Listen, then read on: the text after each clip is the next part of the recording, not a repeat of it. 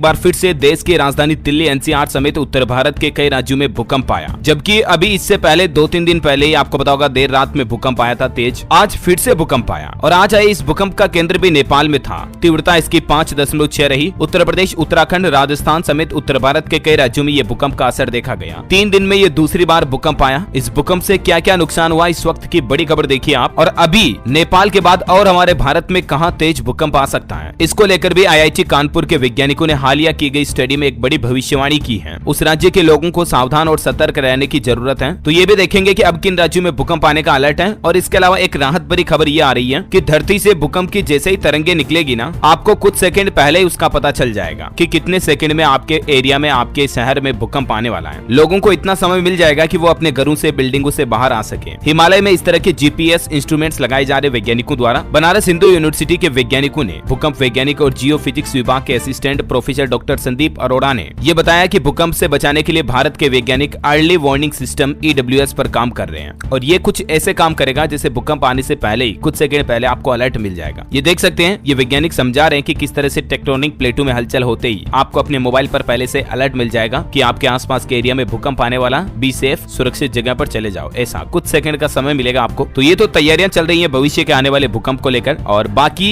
जो नेपाल में 2-3 दिन पहले भयंकर भूकंप आया था, जिसमें लगभग 150 से ज्यादा लोगों की जान चली गई थी, उन लोगों के लिए भारत की तरफ से राहत सामग्री भी भेजी गई। NDRF की टीमें मदद के लिए आगे आई। 3 ट्रक राहत सामग्री भेजी नेपाल। तो ये अच्छी बात है, पड़ोसी देश के काम आना ही चाहिए। और अभी आज फिर से जो भूकंप आया उस पर देखिए लेटेस्ट अपडेट आ रहा है। ये भूकंप आया था शाम को लगभग 4:30 बजे के समथिंग। इसका भी केंद्र नेपाल में था और इस नेपाल में आए भूकंप की वजह से उत्तर प्रदेश और उत्तराखंड तक में भी झटके महसूस किए गए। इससे पहले 4 नवंबर की रात में 11:30 बजे 6.4 की तीव्रता का भूकंप आया था, जिसमें लगभग 157 से 170 लोगों की नेपाल में जान चली गई थी, है ना। वो भूकंप के झटके भी पूरे उत्तर भारत में लगे थे और आज भी ये पूरा सेम उन्हीं जगहों पर वापस भूकंप आया, नेपाल और उत्तर भारत के राज्यों में। अभी जो नेपाल के बाद हमारे देश के किन राज्यों में भूकंप आ सकता है, इस पर मैंने आपको बताया ना, IIT कानपुर के वैज्ञानिकों की स्टडी में बड़ी भविष्यवाणी की गई है। देखिए जरा, IIT कानपुर के साइंटिस्ट का कहना है कि भविष्य में भूकंप का खतरा मंडरा सकता है, इसकी आशंका जताई है। नेपाल में जो अभी भूकंप आया उस तरह से उत्तराखंड में भी भूकंप का जोन एक्टिव है। वहां पर भी कभी भी भूकंप आने की आशंका है, क्योंकि वहां नीचे टेक्टोनिक प्लेट्स में हलचल होती रहती है। तो उत्तराखंड में रहने वाले लोगों को जरूर हमेशा सावधान अलर्ट रहना चाहिए। और बाकी तो ये तो एक प्राकृतिक आपदा है, हम ईश्वर से प्रार्थना कर सकते हैं कि कम से कम जान माल का नुकसान हो। वैसे आप कौन से राज्य में रहते हैं, आपके राज्य का नाम मुझे नीचे कमेंट करके बताइए। इस वीडियो को लाइक और शेयर करना, न्यूज चैनल को सब्सक्राइब करके बेल आइकन जरूर दबा देना, ऐसे ही काम की इन्फॉर्मेटिव जानकारियां देखते रहने के लिए।